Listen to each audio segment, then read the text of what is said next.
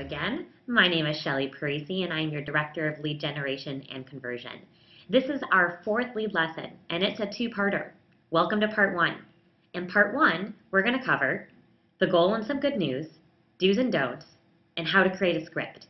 Part 2, we'll dive into how to create and implement a 4-week follow-up plan and next steps. Many customer leads are first-time fitness customers, eager to leave their before bodies behind. Our goal is to help our customers get fit and healthy, so one by one, they can each reach their happily ever after. That goal isn't just good news for your customers, it's also great news for your business.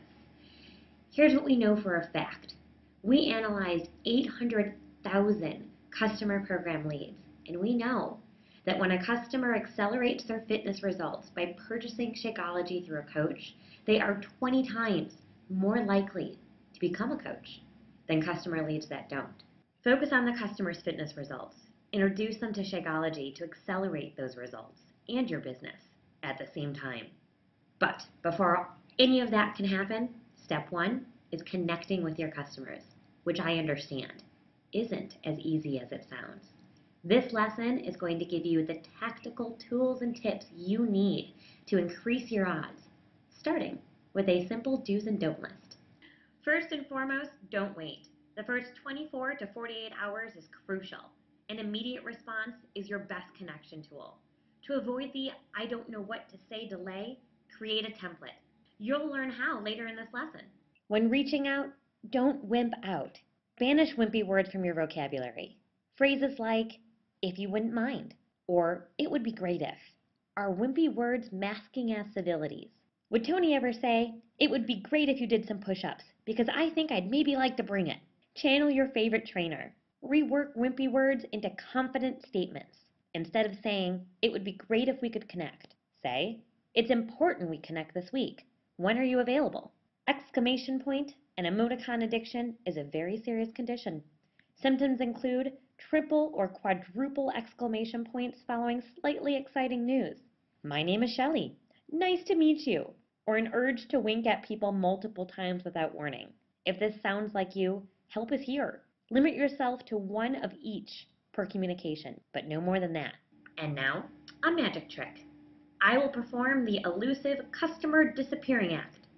Trick 1 is called TMI, or too much information.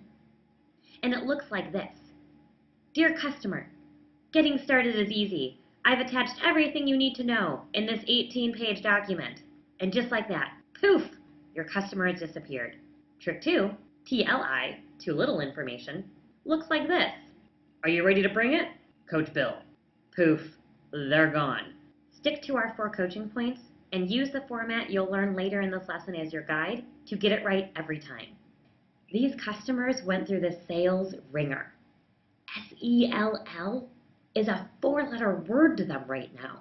When you reach out the first time, our only goal is to get a reply. Get to know a customer's needs, understand their goals for these fitness programs, and then offer our products as a solution to those needs and goals. Lastly, don't forget that our customers are people just like you. They are busy, just like you. So if you reach out and you don't get an answer right away, don't assume a no. Sometimes people need a kick in their non-Brazilian butts to get moving. So don't give up. Follow up. The time has come to write your scripts. And my goal here is not to give you a script to use. It's to give you a tool you can use in your daily business. Focus on the format. Don't focus on my words. Pick the pieces you want to personalize and create it to fit your business your way. Our format leads off with an introduction and reminder. It's an obvious place to start, but so often overlooked. Hi customer, my name is Shelly, and I'm your free Team Beachbody coach. Follow your introduction with good news. In marketing, we call that the hook. Let them know why you're writing, and more importantly, why that reason is good for them. The good news is what keeps a customer interested in your message. In this case, our good news has 3 parts: that you are a customer just like them, your success story, and that you can help them achieve those results as well. After the good news, zero in on a need. An offer to help holds absolutely no value without a problem that needs it. The quickest way to identify a problem is to ask about a goal. Goals identify problems in a positive way. As an example, if today I am 200 pounds and my goal is to be 150 pounds, that means I have a 50-pound problem. And lucky for me, a coach offering to be the solution. You can apply goals to anything: fitness goals, weight loss goals, strength goals, nutrition goals, and the list goes on and on. Pick 2 for your introduction email. In our example, we chose what are your fitness and weight loss goals and how's your current nutrition. Next up, our next steps. The DOT system, DODT, is a great way to make sure that your next steps are clearly defined with a deadline, objective, date, and time.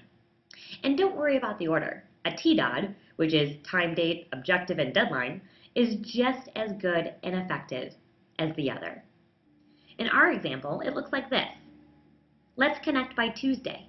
My objective is to walk you through your product and make sure you're ready to start your program with confidence.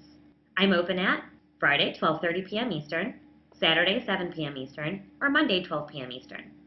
You'll notice I ask for a time to speak on the phone.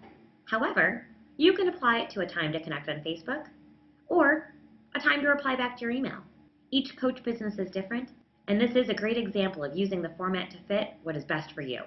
Once you've defined your next steps, it's time to close your email and ask the customer to commit. That's called a call to action. You have to ask for what you want directly if you expect to get it.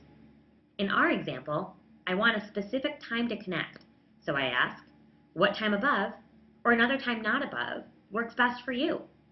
To apply this format to a voicemail, simply shorten the length.